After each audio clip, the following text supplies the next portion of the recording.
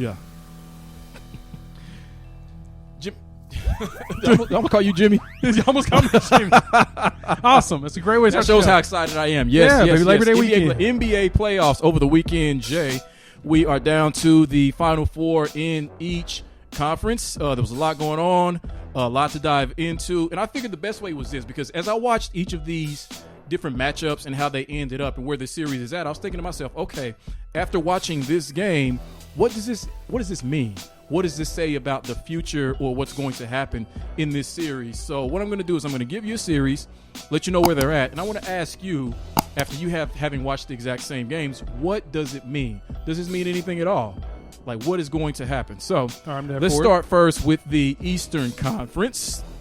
Beast of the East, you have the Bucks losing Giannis, but finding a way to beat the Heat in a decisive make-or-break Game 4 in overtime, 118-115, still down 3-1, but avoiding the sweep and living to fight another game. So, Jay, what does that mean? Okay, so I'm going to say a very unpopular opinion here. Okay. And I'm going to say it as fair as possible because I've been thinking about this for like the last few days. Okay. Especially while watching that game. The Milwaukee Bucks are a better team without Giannis against the Miami Heat. Mm-hmm. Now, hear me out. Okay.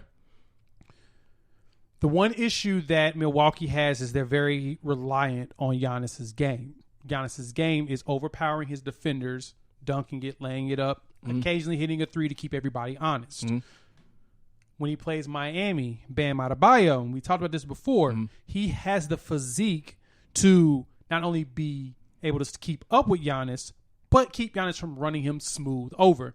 The dude can defend. He can outright defend overall. Outside of his physical abilities, he's actually a very smart defender. So that does nothing but give Milwaukee fits. Right.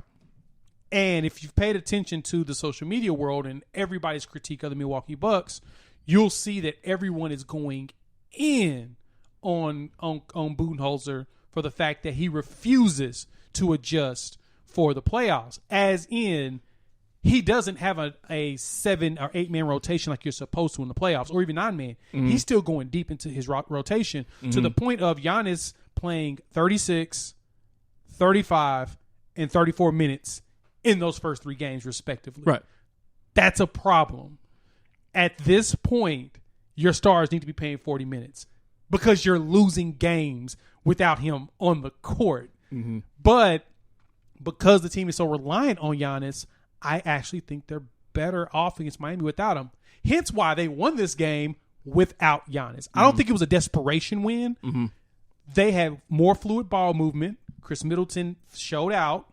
But for the most part, everyone contributed, and Miami didn't have one person to key in on. Neither did the Milwaukee players have one person to key in on as well. So, in a very unpopular opinion, Milwaukee's better without Giannis right now. See, I agree, but I don't agree.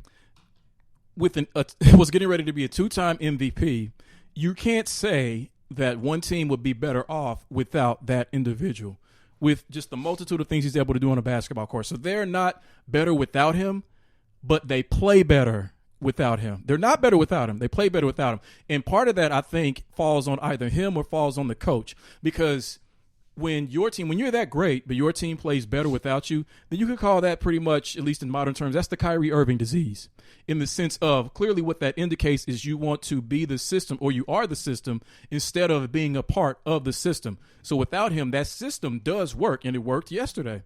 But with him, again, it's like he sort of sucks the system into himself. And that's why you see that he driving to the lane, layups, etc. So it shows you that. It shows that he has to learn to play as a part of the system and not be the system. And it also shows him how good his teammates really are. And I think part of the reason why they played aggressively, because they hear the chatter just like everybody else. He's the next star who's going to be up for free agency or not within the next year or so. So they're trying to prove themselves that they're good enough to be able to help him win a championship. It's not looking too good now, because most likely they're still going to lose this series once Miami makes some adjustments. And in those moments where they could really use Giannis, they're not going to have him. So this season is over and done with, but that's okay, because next season is going to start pretty soon.